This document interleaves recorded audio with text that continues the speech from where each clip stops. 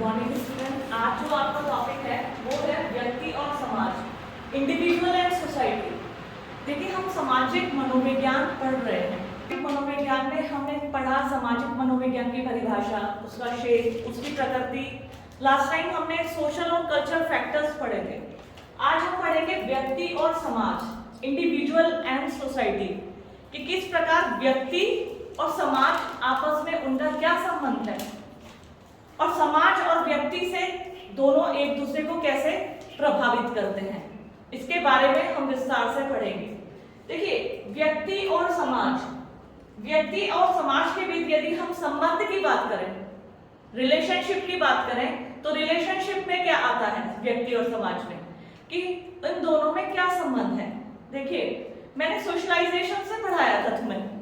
जब बच्चा समाज के संपर्क में आता है तो उसका सोशलाइजेशन होता है, समाजीकरण होता है। कहने का मतलब वो व्यवहारों को सीखता है, उसी के अनुरूप वो भी व्यवहार करता है। तो कहीं ना कहीं व्यक्ति समाज से जुड़ा है और समाज का जो अस्तित्व है वो व्यक्ति के ऊपर निर्भर है। जहां व्यक्ति रहते हैं हम उसी को तो सोसाइटी बोलते हैं। हम जंगलों को सोसाइटी नहीं बोलते, या हम ऐसे स्थानों को, समुद्र को हम कहते हैं ये समुद्र समाज है, ऐसा नहीं बोलते। जहां व्यक्ति निवास करते हैं वो सोसाइटी है, वो समाज है। तो व्यक्ति से समाज और समाज से व्यक्ति दोनों एक दूसरे से संबंधित हैं। यहां पर आता है व्यक्ति और समाज के बीच संबंध। सबसे पहला, व्यक्ति का समाज पर प्रभाव। जो हमारे हम व्यक्ति होते हैं उससे सोसाइटी के ऊपर क्या इफेक्ट पड़ता है, समाज पर क्या प्रभाव पड़ता है। आप क्या ये मानते हैं कि हमारे व्यवहारों का समाज पर प्रभाव पड़ता है? बिल्कुल पड़ता है। हम अक्सर लड़ाई, झगड़े, दंगा देखते हैं तो वो हमारे विपरीत व्यवहारों का, एग्रेसिव, जो हमारे, जिसे हम कहते हैं उत्तेजना, आवेश। जब व्यक्ति उत्तेजना में, आवेश में आ जाता है, दूसरे व्यक्ति से झगड़ा करता है, उसका इफेक्ट सोसाइटी पे पड़ता है। समाज में सांप्रदायिक दंगे, लड़ाई, क्षेत्रवाद, झगड़ा, ये सब पैदा हो जाते हैं। तो व्यक्ति का समाज पर बिल्कुल प्रभाव पड़ता है। वो कैसे पड़ता है? क्योंकि व्यक्ति समाज की इकाई है। व्यक्ति जिस प्रकार के व्यवहार करेगा, जिस प्रकार के कार्य करेगा, उससे समाज में या तो तालमेल बना रहेगा। अगर हम लोग आप साथ एकीकरण, एकता, सद्भाव के साथ मिलजुल कर रहे हैं, जैसे कि आज हम लोग देख रहे हैं, हम आराम से अपने अपने घरों से निकले हैं, यात्रा करके कॉलेज तक पहुंचे हैं, कॉलेज में आराम से पढ़ रहे हैं। लेकिन कई बार हमने ऐसी परिस्थितियों का सामना भी करा है, कई बार लड़ाई झगड़े या कुछ ऐसे दंगे हो जाते हैं जिसमें हम अपने घरों से निकलने में डरते हैं। क्योंकि ऐसे में क्या होता है, जब व्यक्ति आवेश में होता है, उत्तेजना में होता है, किसी उलझन में होता है, तो उसका इफेक्ट दूसरे व्यक्तियों पर भी पड़ता है और कहीं ना कहीं वो हताहत भी होते हैं। तो व्यक्ति का जो होता है समाज पर प्रभाव पड़ता है। समाज बिल्कुल आबाद, निर्बाध, बिल्कुल अनुकूल चलता रहे, इसके लिए सभी व्यक्तियों के जो व्यवहार है उसमें आपस में तालमेल होना बहुत जरूरी है। अगर तालमेल नहीं होगा, आपस में सामंजस्य स्थापित नहीं होगा, संघर्ष होगा, तो समाज में उथल पुथल की स्थिति रहती है। जैसे कि हाल ही में हमने यूक्रेन और रशिया में देखा है, किस प्रकार उसमें विपरीत स्थिति बनी रहती है। इसी प्रकार आता है समाज का व्यक्ति पर प्रभाव। सिर्फ व्यक्ति ही समाज को प्रभावित नहीं करता, समाज का, सोसाइटी का भी व्यक्ति के ऊपर प्रभाव पड़ता है। जैसे समाज में जो प्रचलित नियम, प्रथाएं, रीति रिवाज हैं, व्यक्ति उन्हीं के अनुरूप, उन्हीं को अडैप्ट करता है, उन्हीं के अनुरूप चलता है, उन्हीं के अनुरूप अपने व्यवहार में उनको शामिल कर लेता है। कई बार हम कहते हैं ना, अरे ऐसे गलत कार्य मत करो, हमें समाज से बाहर निकाल देंगे, ऐसा कहा जाता है ना।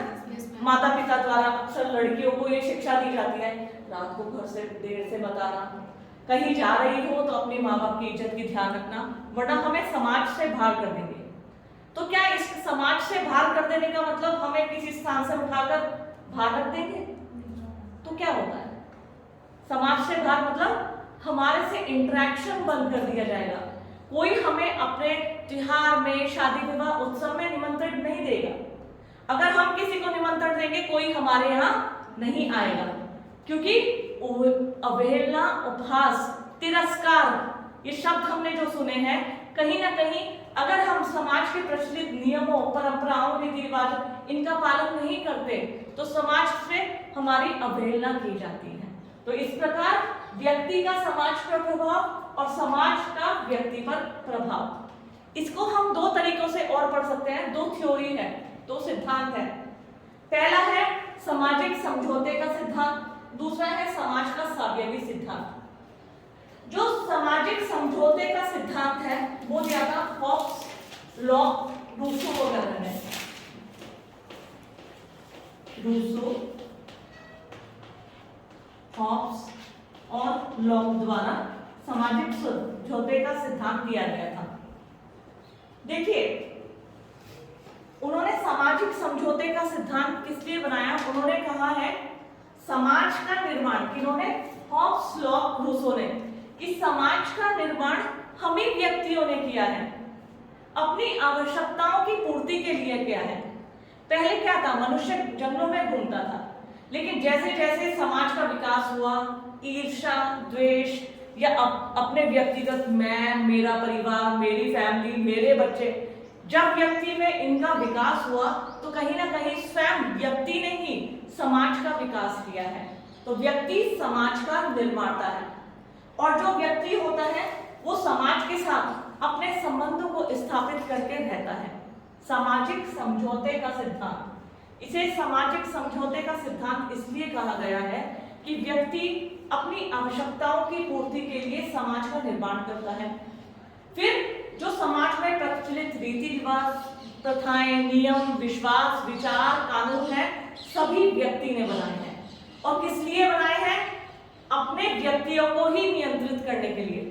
देखो, समाज में हमारे यहाँ लॉज है, कानून है, कानून है। कानून क्या काम करता है? सही गलत और एक तरह से कानून हमारे व्यवहारों को नियंत्रित करता है। और कैसे व्यवहारों को? आज अगर हम बाजार जाते हैं, तुम ऑटो में बैठ गए, फिर ऑटो से उतरे और चल दिए, ऐसा क्यों? और फिर क्या करोगे? पैसे देंगे। हाँ, क्योंकि हमने ऑटो को रेंट पे लिया था, किराए पर लिया था, तो हमें उसका एक निश्चित भुगतान करना पड़ेगा। फिर हम गए एक दुकान पर, अरे ये कपड़े अच्छे लग रहे हैं, तो ये कपड़े उतारो, बैग में रखे और चल दिए। नहीं, ऐसा नहीं, हमें उसका भुगतान करना पड़ेगा। अगर हम नहीं करेंगे और हमारी कंप्लेन हो गई तो हमें वो चोर बोलेंगे और हमें सजा मिलेगी। कहने का मतलब हमारे व्यवहारों को नियंत्रित करने के लिए समाज में कानून बने हैं। कानून क्या करते हैं? हमारे व्यवहार को नियंत्रित करते हैं, हमारे आचरण को नियंत्रित करते हैं। और इनका निर्माण किसने किया है? हम ही मनुष्य ने किया है। तो इस प्रकार हॉब्स, लॉक, रूसो कहते हैं कि समाज का निर्माण व्यक्ति ने ही किया है। और किस लिए किया है? अपनी आवश्यकताओं की पूर्ति के लिए किया है। नेक्स्ट आता है समाज का साम्यवादी सिद्धांत। समाज का साम्यवादी सिद्धांत दिया था हर्बर्ट स्पेंसर ने। तुमने अभी पढ़ाया भी होगा मैडम ने। कौन सी मैम ने पढ़ाया? हाँ, क्या था, कोई बताएगा? मैम कि जैसे शरीर का कोई अंग, मतलब किसी एक अंग के खराब होने से बाकी अंगों को भी। देखो, मैं बताती हूँ, सुनो मेरी बात। समाज का साम्यवादी सिद्धांत दिया था हर्बर्ट स्पेंसर ने। ये दिया था हर्बर्ट स्पेंसर ने अपनी किताब प्रिंसिपल ऑफ सोशियोलॉजी में। मेरी वीडियो भी बनी हुई है सर, नोट्स भी हैं, आप देख सकते हैं। समाज का साम्यवादी सिद्धांत सबसे पहले स्पेंसर ने क्या था? सावयव कहते हैं। सावयव किसे कहते हैं? व्यक्ति के ऑर्गन्स, यानी हमारा पूरा शरीर जो है एक सावयव के समान है। ध्यान से सुनना मेरी बात। समाज को भी उन्होंने सावयव के समान माना। जैसे हमारे शरीर के आंख, नाक, कान, हाथ, ये सब अंग अलग अलग हैं, इनके कार्य भी अलग अलग हैं, लेकिन शरीर का अस्तित्व, पूरे शरीर का अस्तित्व इनके संयुक्त रूप से मिलने पर है। इसी प्रकार समाज के अंग, चाहे अर्थव्यवस्था, राजनीतिक व्यवस्था और सोसाइटी, संस्थाएं, कानून, नियम, रीति रिवाज ये सब अलग अंग है उसके, लेकिन उनका अस्तित्व समाज से होता है। सभी को मिलकर समाज बना है। जिस प्रकार सारे अंगों को मिलकर शरीर बना है, उसी प्रकार सारी चीजों को मिलकर समाज का निर्माण हुआ है। समाज के हमारे जैसे जो इकाई होती है सेल, अगर साइंस तुमने पढ़ी होगी, हमारा शरीर करोड़ों सेल्स से मिलकर बना है। इकाई सेल्स बोलते हैं, ठीक है। अगर तुम छोटा सा ब्लड का सैंपल लोगे, स्किन का टुकड़ा लोगे, तो वो भी उसमें भी सेल्स होंगे, इकाई, ठीक है। इसी प्रकार समाज की इकाई है व्यक्ति। व्यक्ति कई करोड़ों व्यक्तियों से मिलकर समाज बना है। जिस प्रकार शरीर बना है सेल्स से मिलकर, उसी प्रकार समाज बना है व्यक्तियों से मिलकर। जिस प्रकार शरीर के हर एक अंग का कार्य अलग अलग होता है। आंख देखने का कार्य करती है, कान सुनने का, मुंह बोलने का और खाने का कार्य करता है। उसी प्रकार समाज के जितने भी इकाई, जितने भी वो है अंग है, चाहे राजनीतिक व्यवस्थाएं, अर्थव्यवस्था, कानून, ये सब अलग अलग है, सबके कार्य भी अलग अलग है, लेकिन इनका अस्तित्व शरीर से ही है। जिस प्रकार शरीर में मस्तिष्क होता है, वो पूरे शरीर का नियंत्रण करता है तंत्रिका तंत्र के माध्यम से, है ना। इस प्रकार समाज में राज्य और कानून इस पूरे सोसाइटी के ऊपर नियंत्रण करते हैं, जैसे मस्तिष्क करता है। हमारा हाथ जल रहा है, शरीर इसको हाथ से कहेगा हाथ जल रहा है तो हाथ एकदम पीछे होगा, जब तक पीछे होगा हाथ जल जाएगा, क्योंकि शरीर का मैसेज यहाँ तक आने में कुछ चंद क्षण लगते हैं, लेकिन तब तक हाथ में करंट लग चुका होता है, ये जल चुका होता है।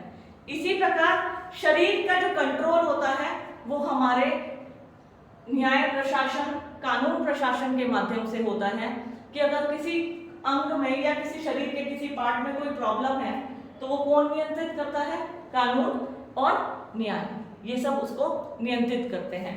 तो इसी प्रकार बहुत सारी चीजें हैं जिसके माध्यम से हर्बर्ट स्पेंसर कहते हैं कि जो समाज है वो सावयव के समान है, यानी शरीर के समान है, और इन दोनों का समाज का अस्तित्व उसके अंगों के बिना, व्यक्तियों के बिना संभव नहीं है। इस प्रकार उन्होंने कहा है कि व्यक्ति और समाज, जो व्यक्ति है उसके बिना समाज अधूरा है और समाज के बिना व्यक्ति अधूरे हैं, क्योंकि कहीं ना कहीं जब व्यक्ति दो या दो से अधिक व्यक्ति मिलते हैं वो सामाजिक संबंधों का निर्माण करते हैं, और सामाजिक संबंधों के क्रमबद्ध अध्ययन को ही हम क्या सोसाइटी के रूप में कहते हैं ना, समाज सामाजिक संबंधों का जाल है, संबंधों के जाल के व्यवस्थित अध्ययन को समाजशास्त्र भी कहा जाता है।